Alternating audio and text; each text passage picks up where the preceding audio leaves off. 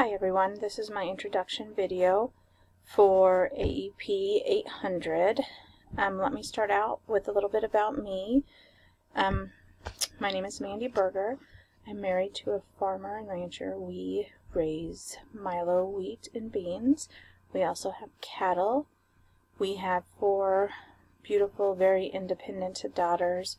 One who will graduate here in 6 weeks, Marlena, and she is moving off to Colorado Springs to be a nanny and enroll in school full-time. The next one is Madeline, and she is a 7th grader, so she has kept us really busy this year with sports. She loves volleyball, loved basketball. She's also doing track, but she can't wait for summer softball to start. Then there's Mallory, who is in the 5th grade, who is also excited for summer softball. And then we have a 2-year-old named Stella who keeps us very busy.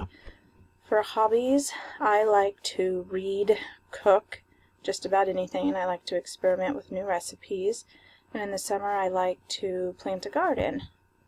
Professionally, I was a daycare provider for 12 years. In my daycare, I also did preschool with my kids. I gave that up to decide I wanted to go back to school. When I was going back in school at Fort Hays, I also substituted at the same time, so I did that for 2 years. I have now been a full-time teacher for 3 years. I teach 6th grade English for the first 2 hours of the day. Then I have 8th grade English, senior English, 8th grade FACS, 2 high school FACS classes, and then I also do a culinary college class. And I have been a coach for 5 years.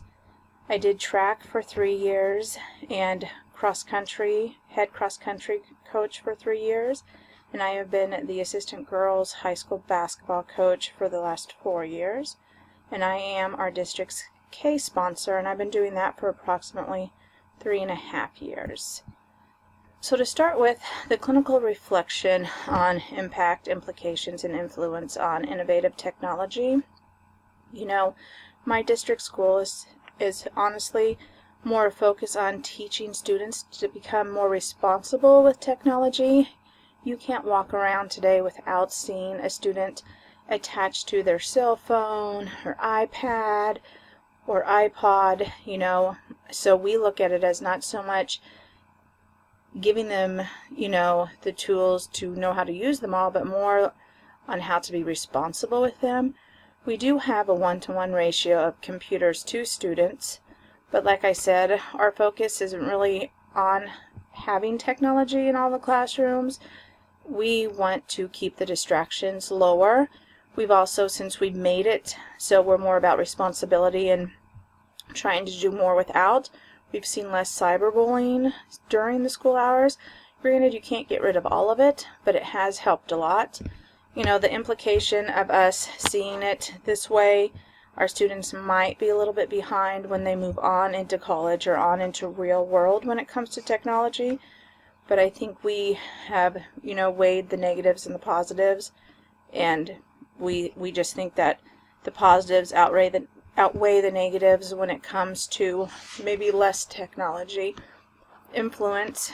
You know, we do as teachers rely heavily on technology. We use Planbook and keep it updated, and that has been great for parents because it allows them to get on and they can see what teachers have planned for the week, so they know if they're going on vacation, if their kids have been sick, they can get on and see what assignments they have missed. We also have a PowerSchool app that parents can download on their phone, which allows them to have instant access to their students' grades at all times. So next is critique of my personal use of technology. Here's what I do well. I belong to a group where we do lesson sharing, so we can share our ideas and collaborate on different ideas. You know, I also use it for lesson lookups. I use it really a lot for supplementals that go with my reading series or whatever novels I'm doing. Like I mentioned earlier, I use it for Planbook. And then I do use technology a lot. We'll start with for my FACS classes. We do a lot of hands-on and recording with iPads when our iPads work. We do a lot of step-by-step cooking directions. The kids, for example, we just did a big unit on cuisines around the world, and they had to come up with either Prezis or PowerPoints, Google Slides, Canvas on different countries, and then present them to the class. So that's worked out great. And I do use it quite a bit for senior English. I like Common Lit. It's a website that offers literature where they can read and quiz. And I'm also a huge fan of No Red Ink, which allows you to run tests, almost like diagnostics on your students to see what you need to focus on more. And then you can give them quizzes and writing assignments on it. It's really nice. And then what my district and what I feel like myself need to work on is, first and foremost, we have the worst internet at our school. Most often it's down. You can't use it, or you're on it and it constantly kicks you off. Also, our computers are very old and outdated, so a lot of times they're very slow connecting, or when you want to move from website to website, it takes a really long time. So they're not all that idea. Our seniors get the newest computers, and then it kind of goes on. So it is really hard for the freshmen and the sophomore classes to do big assignments on the computer, just because it takes a lot of time. But like I said, I do need to use it more for my younger classes, like my 8th grade and my 6th grade. And then for me personally, I probably could benefit from taking some computer classes, just so I keep up to date and know more what to do. Canva was new to me this year, so I got on it. It was super easy and like it, but I think a lot of things with the computer tend to scare people, but then once you get the hang of it and you just experiment, it's rather quite easy. So my plan, I would like to slowly start integrating it more into my classrooms. Like I said, I hardly use it at all in my 8th grade or 6th grade, so it'd be nice just to slowly start using it, building it up. I would like to request more training on what we have available to us within our district, and for our district to offer us more classes. I know funding is always an issue because schools lack the money, and I know that's low on our list, but it would be nice to maybe just one PTO time meeting, come in and just have our computer tech guy just walk us through everything.